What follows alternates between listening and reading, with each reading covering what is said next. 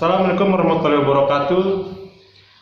Terima kasih buat teman-teman yang sudah klik video ini.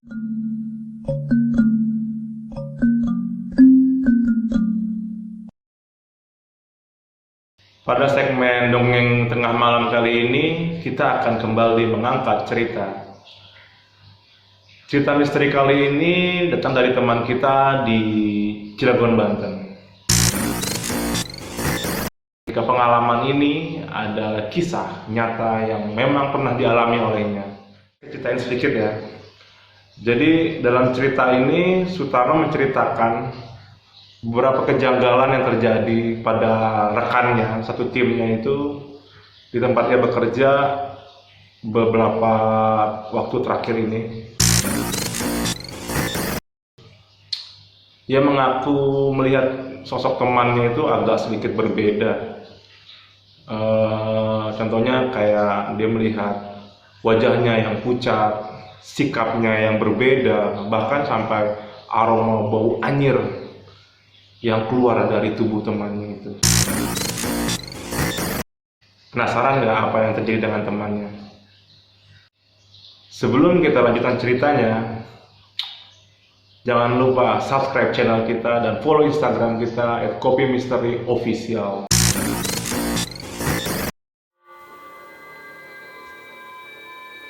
Cerita ini berawal sejak Tarno mulai bekerja sebagai security perumahan di bilangan Cilegon, Banten.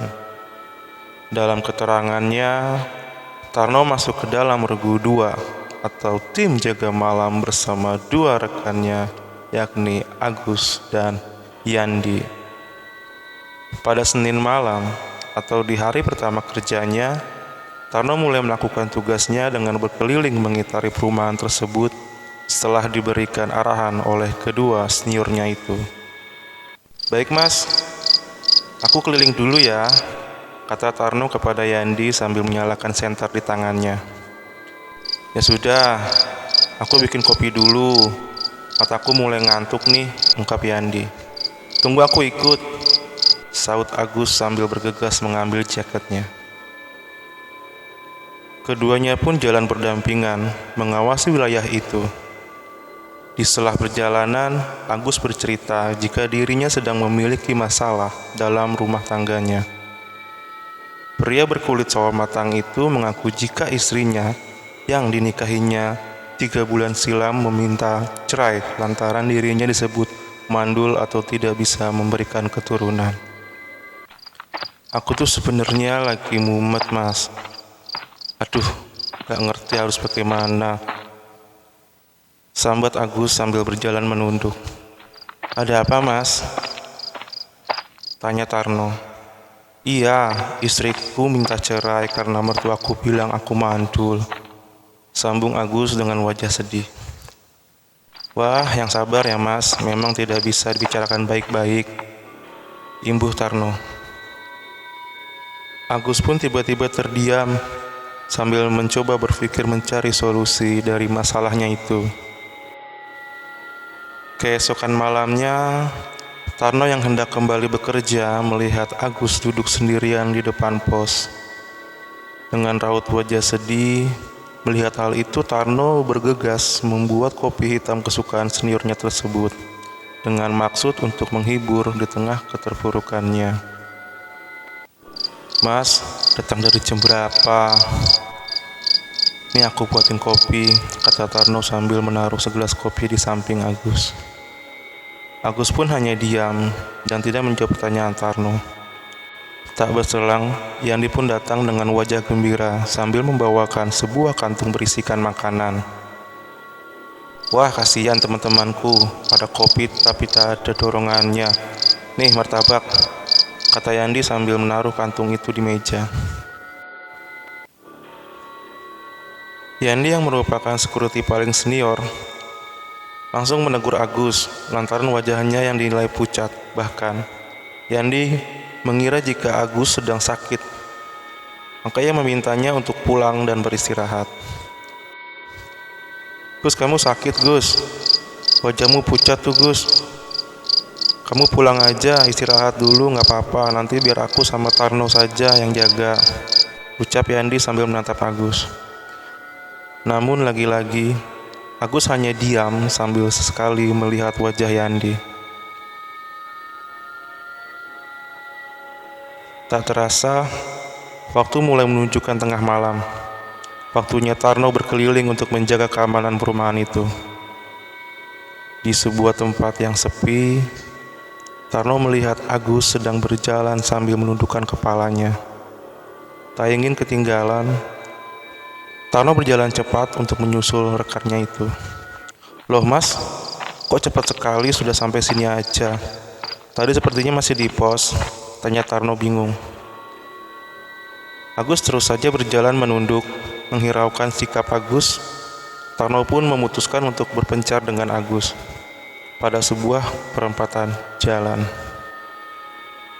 Namun, alangkah terkejutnya Tarno saat ia berbalik dan melihat sosok Agus yang tiba-tiba sudah menghilang. "Lah, Mas Agus kemana? Kok sudah hilang?"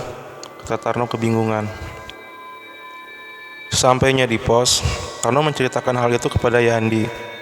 Menurutnya, ada yang aneh dengan sikap Agus pada malam ini.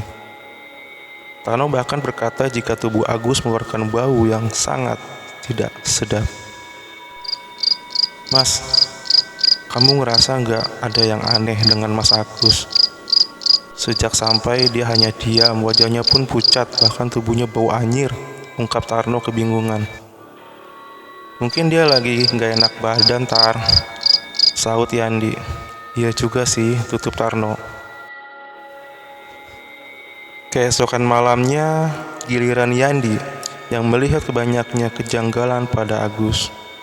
Salah satunya, ia melihat luka memar hitam melingkar di leher Agus. Bahkan ada bercak darah pada seragam yang dikenakan rekannya itu. Saat Yandi ingin menghampiri, seketika dirinya dibuat kaget. Dalam penglihatannya, wajah Agus berubah sangat menyeramkan. Bahkan tiba-tiba aroma bau busuk mulai tercium dari arah Agus. Sontak, Yandi pun lari meninggalkannya. "Astagfirullahaladzim," sebut Yandi terkejut dan berlari masuk ke dalam pos. Mendengar suara Yandi, Tarno datang dan bertanya. Dengan mulut gemetar, Yandi menyebut jika dirinya baru saja melihat hantu dengan wajah yang sangat menyeramkan. Tidak percaya mendengar cerita Yandi, Tarno bergegas mencoba membuktikannya. Namun, usahanya tidak membuahkan hasil. Tarno tidak melihat apapun seperti yang telah diceritakan seniornya itu. "Kamu mimpi kali mas, gak ada apa-apa kok," terang Tarno sambil mengarahkan senternya. "Mungkin aku ngantuk ya," pikir Yandi sambil memastikan. Ternyata malam ini, tepat malam Jumat, Tarno kembali berkeliling untuk menghilangkan rasa kantuknya. Kepada Yandi, Tarno sempat bertanya keberadaan Agus, yang menurutnya belum terlihat sejak malam ini. "Oh iya, Mas Agus kemana ya mas? Kok belum kelihatan ya?" tanya Tarno sambil mengarahkan senternya ke sudut gelap. "Maklum, malam Jumat, mungkin sedang ledek Yandi sambil tertawa. "Ya sudah, aku keliling dulu ya," tutup Tarno. Cuaca yang dingin disertai hujan rintik mulai menemani perjalanan Tarno, hingga ia tak kuat menahannya dan berteduh di sebuah rumah tak berpenghuni milik salah satu warga. "Waduh, sepertinya hujan makin deras ini. Nah, ada rumah kosong tuh," kata Tarno sambil menggenggam jaketnya. Semakin malam, hujan pun tak kunjung reda. Tarno mulai memadamkan lampu senternya dan duduk bersandar di tembok rumah itu. Dari dalam rumah terdengar suara mirip Agus yang memanggil-manggil namanya sambil meminta tolong. "No, Tarno, tolong no, Tarno." Untuk memastikan suara itu, Tarno kembali menyalakan senternya dan mulai mengitari rumah kosong tersebut. "Gus, Agus, kamu di mana Gus?" teriak Tarno memanggil Agus. Setelah sekian lama berkeliling, Tarno pun tiba-tiba terdiam dan tak berkata apa-apa. Dalam pandangannya, ia melihat jasad Agus telah tergantung dengan kondisi leher hampir putus di atas pohon di dalam rumah itu.